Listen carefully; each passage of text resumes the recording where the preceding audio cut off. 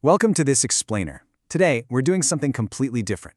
We're going to treat modern philosophy like a graphic novel-style grim, dark fable. Seriously, we're putting our failing human ideals right on the autopsy table, cutting them open and looking at the hidden ledger that secretly dictates the stories we tell ourselves. So think about this quote for a second. Civilization endures only by sacralizing its misunderstandings. It's a profound idea from the Ledger of Ruin, basically suggesting that our absolute highest ideals, the very bedrock of our society, are actually just built on illusions. We literally sacralize, we make holy our own fundamental misunderstandings just to keep the whole machine running. Crazy, right? To really unpack this, we've got a 6-part journey ahead of us.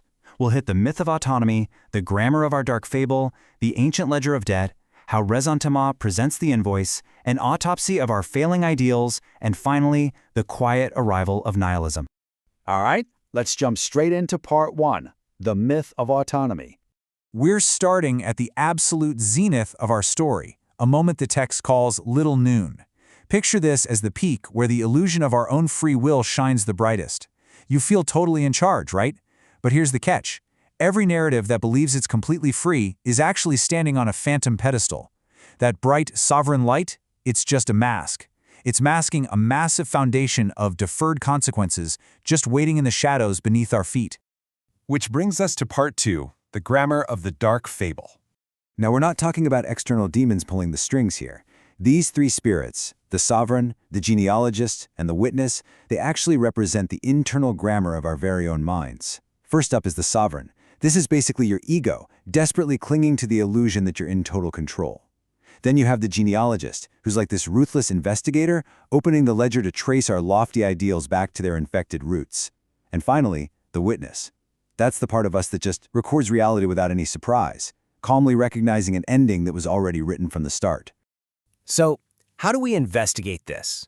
Let's look at part 3, the ancient ledger of debt. To perform this kind of economic autopsy, the genealogist uses philology. That's the study of how language evolves over time. And philology slices right through our morality to reveal a very historical, very economic structure. Take the German word Schuld, for example. If you trace this word back to ancient blood debts and barter systems, you see something wild. What we experience today as deep spiritual moral guilt is, at its absolute core, just an ancient unpaid financial invoice. It's the exact same thing with the word Wert, or value. It literally still carries the commercial scar of ancient trade. Think about it. We assign moral value to things today, narratives like paying your dues to society, simply to hide the fact that our morality is still just a massive transactional ledger. We're basically just postponing the diagnosis of our own decay for, one more generation. And that debt eventually comes due in part 4, Resentiment Presents the Invoice. Deep beneath that brief shining light of free will, we run into a force called resentment. And it doesn't arrive with a dramatic clap of thunder, okay? It crawls forward with the cold composure of a receipt that simply cannot be canceled.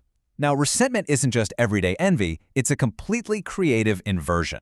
Long ago, when weak people couldn't act, they couldn't just accept their weakness. So what did they do? They created an entire cosmology of blame. They convinced themselves that their weakness was actually a virtue and that natural strength was somehow evil. But here's the thing. Eventually, that inversion exhausts itself. The person holding on to this deferred revenge suddenly discovers that the moral fiction they built just can't sustain itself anymore. The illusion of high noon? Totally abolished. The very moral world they created to protect themselves becomes the exact instrument of their own exposure.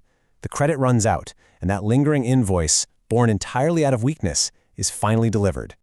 This leads us directly into part 5, Autopsy of Failing Ideals. In our fable, the soothsayer looks into the mirror hoping for a brand new prophecy, a way out of the mess, but instead, they're handed a ledger demanding final accounts. This is the absolute ruthless inquiry of the physician-philosopher. It's an autopsy, not a cure. You do it in 3 steps. First, you absolutely refuse to take a lofty ideal at face value. Second, you trace it all the way back to its raw, commercial, sacrificial root. And third, you just sit back and watch the entire architecture of that ideal completely fail under the crushing weight of its own history. Because actually, prophecy itself is revealed as just another postponement of the diagnosis that we, the living, simply cannot bear to hear. Even when we try to invent shiny new cultural gods or tell ourselves really optimistic prophecies about the future, we're just dodging the vocabulary of our own ruin. We're trying to outrun a debt that literally never sleeps.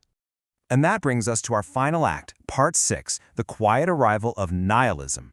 This is where European nihilism arrives. And like I said, it doesn't come with an explosion. It's just a calm, quiet recognition of fatality. If you compare our two spirits, it becomes super clear. The sovereign operates on this huge ego-driven illusion of height, standing on a phantom pedestal. But the witness? The witness operates from an unsearchable depth. It confirms the permanent settlement of the receipt because the grammar of the story itself has already determined the outcome.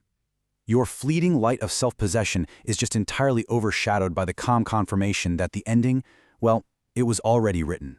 The spirits require absolutely no further proclamation because the grammar itself has already written the close. There's no new god invoked here, and honestly, no old god is mourned. True fatality doesn't require any of that.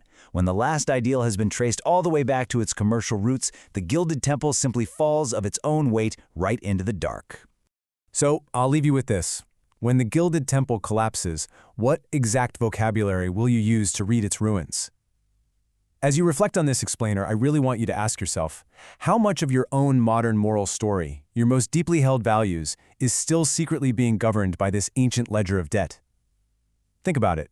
Until next time, keep questioning the grammar of your own stories.